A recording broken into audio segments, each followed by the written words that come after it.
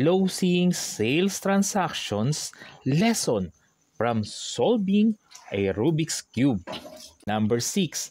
The Rubik's Cube's final steps, solving the upper 4 corners, symbolizing closing the deal. Executing the final steps, such as signing documents, collecting payment, and officially closing the transaction.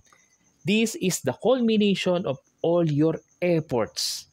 A seamless closing experience leaves a positive impression. Finish strong. The final impression often determines how people remember the experience. Follow up after the closing to check the client's satisfaction and address any questions. This builds goodwill and opens the door for referrals. Example, once the documents are signed, you present the client with a personalized welcome kit. Thank them for their trust and outline the next steps such as move-in schedule. This gesture ensures a memorable closing.